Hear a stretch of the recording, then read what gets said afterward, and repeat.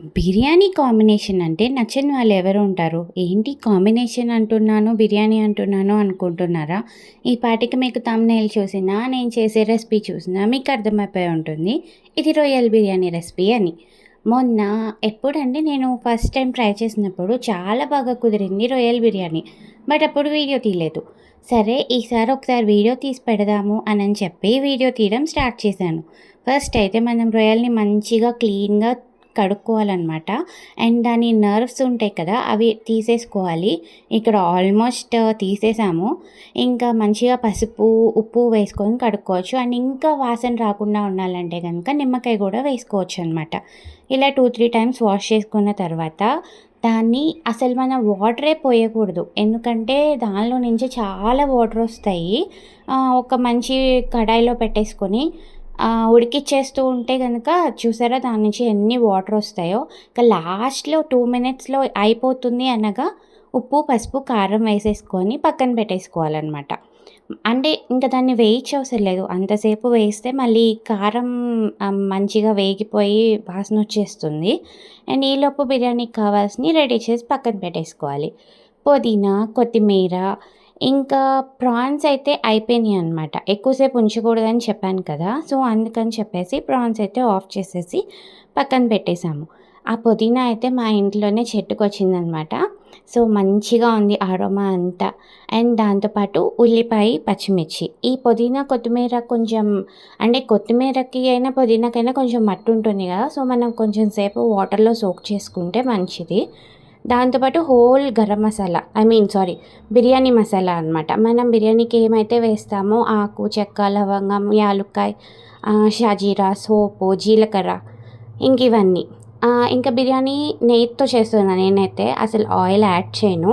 But oil and నెయ్యి combination బావుంటుందంటారు. నేనెప్పుడు try చేయలేదు.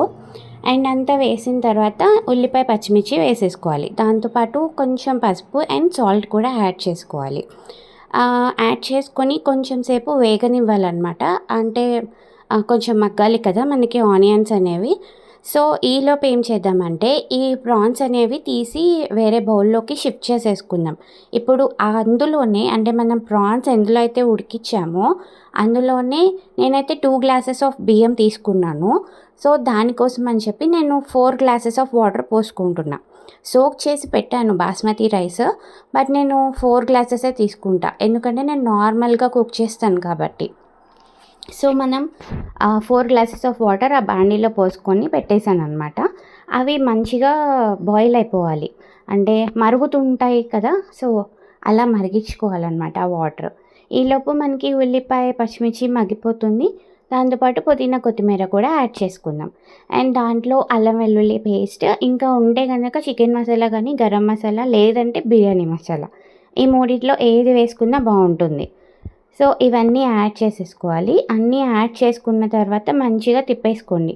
ఆ తర్వాత మనం రొయ్యలు పక్కన పెట్టేసుకున్నాం కదా! అవి యాడ్ చేసేసుకుందాం. యాడ్ చేసుకున్నాక ఈ రొయ్యల్ని కూడా మనం ఒక 2-3 మినిట్స్ అయితే కొంచెం ఫ్రై చేస్తూ ఉండాలనమాట. ఈలోపు మనకి పక్కన వాటర్ అనేవి బాయిల్ అయిపోతూ ఉంటాయి. మనం ఈ వాటర్ ఎందుకు బాయిల్ చేస్తున్నామంటే మీరు అనుకోవచ్చు మనం అవి వేయించాం కదా! స్మెల్ అంతా వస్తుందేమో అని. బట్ వాసన అయితే ఏం రాదండి. మనకు ఆ ఫ్లేవర్ వస్తుంది అంతే తప్పితే నీసు వాసనలాగా ఏం రాదనమాట. సో, ఈ రొయ్యలైతే ఆల్రెడీ మనం బాయిల్ చేసుకున్నవే, వేయించినవే. సో, ఒక 2 మినిట్స్ అయితే సరిపోతుంది. ఇంకా సోక్ చేసుకున్న బియ్యం కూడా అందులో వేసేసి ఒక 2 మినిట్స్ అటు ఇటు స్టిర్ ఫ్రై లాగా చేయాలనమాట. ఇంకా బాయిల్ అయిన వాటర్ కూడా యాడ్ చేసేసుకుంటే తర్వాత మనం సాల్ట్ చూసుకోవాలి. ఎందుకంటే సాల్ట్ కరెక్ట్‌గా లేకపోతే మనకి ఎంత బాగా చేసినా బిర్యానీ టేస్ట్ అస్సలు బాగోదు. అండ్ మనం తర్వాత యాడ్ చేసుకోవడానికి కూడా కుదరదు. సో, నాకిక్కడ కొంచెం సరిపోలేదనమాట. ఇంక అందుకని కొంచెం యాడ్ చేశాను సాల్ట్ అయితే. ఇంక మనం ఒక 15 మినిట్స్ మరీ సిమ్‌లో కాదు, మరీ హైలో కాదు, మీడియం ఫ్లేమ్‌లో పెట్టుకొని కుక్ చేసుకుంటే మనకిలా కుక్ అయిపోతుంది. అండ్ ఇది ఇంకా పొడి పొడిలాడుతూ రావాలంటే దీన్ని మంచిగా దమ్ పెట్టేసుకుందాం. నేనైతే కింద ఒక పాన్ పెట్టేసాను. పైన బిర్యానీ పెట్టాను. దానిపైన బరువు ఏదన్నా పెట్టాలి. మాకు ఇంట్లో ఈ చిన్న రోల్ తప్పితే ఇంకా బరువైందేం లేదు.